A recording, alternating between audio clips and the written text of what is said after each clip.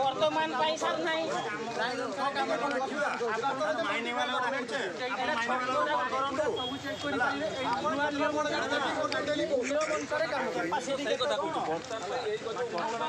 sir গাড়ি যদি উঠেই দেবে সবু জিনিস ক্লিয়ার হয়ে যাব কিছু হই পারিবনি আপন খালি আপন ইয়ে দেবে না নরমাল পব্লিক কিছু চিন্তা করুন তারপরে বুঝি পারিবে গাড়ি ওভারটেক করিয়ে গাড়ি ছকরে যদি ছিড়াই দিও বস রাইট সাইড রে ওভারটেক করি ଯିବେ এই বোর্ডটাକୁ ଧର ଆପଣଙ୍କ ଉପରକୁ ନେଇ ବସ୍ ଯଦି ବି ଛିଡ଼ା ହେଇଥିବ ଛକରେ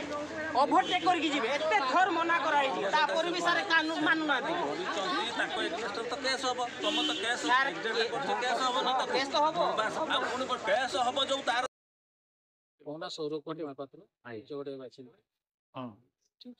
ଡମ୍ପର ସବୁ ଚାଲୁଛି ଏ ବେପରୱା ଗାଡ଼ି ଚଲାଉଛି ଏମାନେ ଯାଉଛନ୍ତି ଝଟୁକି ନାହାନ୍ତି ବିନା ପାଲର ଘରେ ମାନେ ନ ପକେଇବି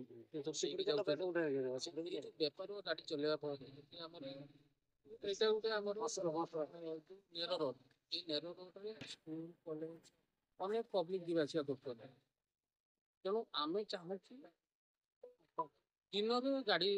ଚଲେଇବା ବନ୍ଦ ସେ ତାଙ୍କର ଯଦି ମାଟି ବା ଗୁଡ଼ି ଯାହା ବି ନେବେ ତାଙ୍କୁ ରାତିରେ ନେଇକି ଯାଉଛି ରାତି 9ଟା ପରେ ଗାଡ଼ି ଚଲାନ୍ତୁ ସକାଳୁ 5ଟା 6ଟା ପର୍ଯ୍ୟନ୍ତ ଚଲେଇଲେ ଅସୁବିଧା କିଛି ନାହିଁ 5ଟା ପର୍ଯ୍ୟନ୍ତ ଚଲାନ୍ତୁ କାହିଁକିନା ସକାଳୁ ମର୍ଣ୍ଣିଂ ୱାକ୍ରେ ବି ବହୁତ ଲୋକ ଯାଉଛନ୍ତି ମର୍ଣ୍ଣିଂ ୱାକ୍ରେ ବି ବହୁତ ଆକ୍ସିଡେଣ୍ଟ ହେଉଛି ତେଣୁ 5ଟା ପର୍ଯ୍ୟନ୍ତ ଚଲାନ୍ତୁ ଏଇଆ ଆମର